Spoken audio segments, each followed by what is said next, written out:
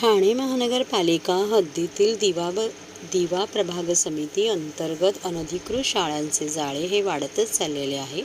शाळांच्या विरोधात कारवाईची मागणी Maharashtra English school trust association करत आहे.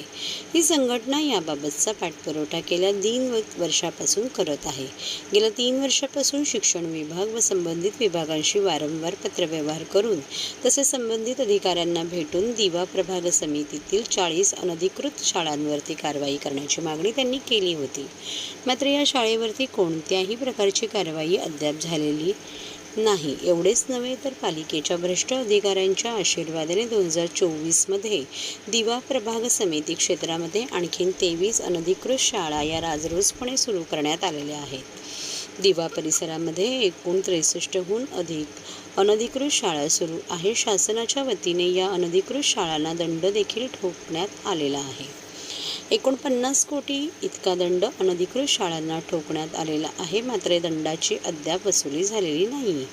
तसेच अधिकृत शाळांना RT प्रवेश प्रक्रिया अंतर्गत मुलांच्या बाबतीतला शासनाकडून येणारा जो निधी आहे तो देखील अद्याप प्रवर्ग करण्यात आलेला नाही.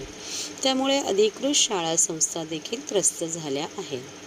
शासनाचा RT बाबतचा येणारा जो निधी आहे तो अद्याप त्यांना मिळाला नसल्यामुळे शाळा चालवणं, शिक्षकांचा पगार काढणे या सगळ्या गोष्टींना अधिकृत शाळांच्या संचालकांना सामोरे जावे लागत आहे. एवढेच नव्हे तर अनधिकृत शाळा सोडल्यानंतर अधिकृत शाळेत प्रवेश घेताना मुलं कळवा, डोंबिवली, मुंब्रा, कल्याणी येथील अधिकृत शाळांचे दाखले आणून देत आहेत.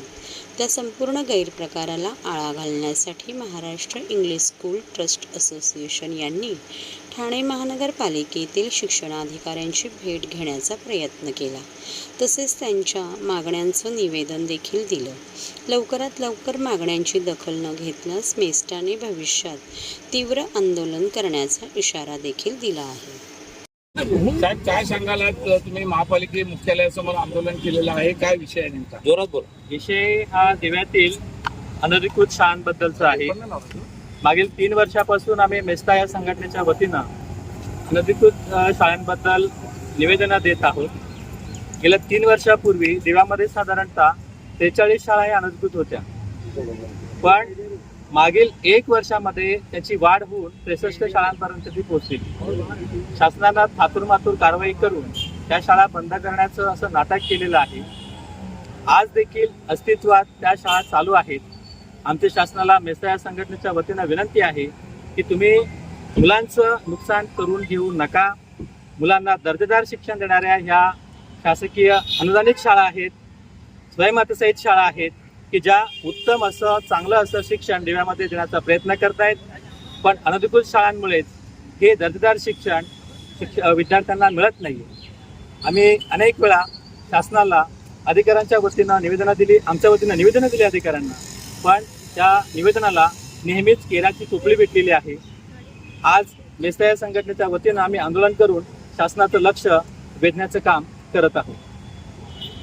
आज काय निवेदन आम्ही देणार आहोत. आता आमचे एक शिष्टमंडळ जाऊन आज महापालिकेच्या आयुक्तांना हे निवेदन देईल आणि त्यांना अल्टिमेटमही आम्ही देऊ की सदर शाळा जर आपण बंद नाही केल्या तर आम्हाला उग्र असं आंदोलन करावं लागेल आणि त्यासाठी फक्त आणि फक्त शासन जबाबदार असेल. आजपर्यंत दिव्यांगाबरोबर अन्याय होत होता. दिव्यांगांसाठी एवढी कायदा असून तरतूद असून तरी सुद्धा काय त्याला भेटत नव्हतं. आम्ही एवढा लढा दिला म्हणून आज काहीतरी दिव्यांगाला शासनाकडून भेटतोय. तसं आता हे माझ्या नजरेमध्ये आलं तर 2023-24ला आणि 24-25ला जी यादी होती या अनधिकृत शाळेची, त्याच्यामध्ये फरक होता. म्हणून मी एक पत्र दिलं. ते फरक मिटवण्यासाठी त्यांनी एक पत्र परत मला दिलं की 6 अनधिकृत शाळेचा आम्ही समावेश केलेला आहे आणि बाकीचे 6 शाळा होती त्याला मान्यता. मग मान्यता कसं काय दिली? आता हे काय करतात माहिती का साहेब? RTIचे जे आता सांगितलं साहेबांनी, RTIचे हे योजना काढतात, शासन योजना काढतात, जे मंत्री योजना काढतात, त्याची अंमलबजावणीसाठी ते आहे. त्यांना जे उपयोगी असतात ते का पुरवत नाही? ते पुरवत असतात. आता तुम्ही सांगितले RTIमध्ये आम्ही मोफतमध्ये हे देणार, पैसे देणार. काही ज्या लोकांना काय पैसे वगैरे RTI आतापर्यंत दिले नाहीये. आणि अनधिकृत शाळेची जी बाब आहे त्याच्या आता कोटी रुपये बाकी आहेत, त्या का वसूल करून त्यांच्यावर 420 गुन्हा का दाखल करत नाही? त्यासाठी आता आमची दिव्यांग सेना जी आहे ते पण याला पाठिंबा दिलेली आहे आणि पाठिंबा त्यानुसार आम्ही सर्व कारवाई पण करणार आहे.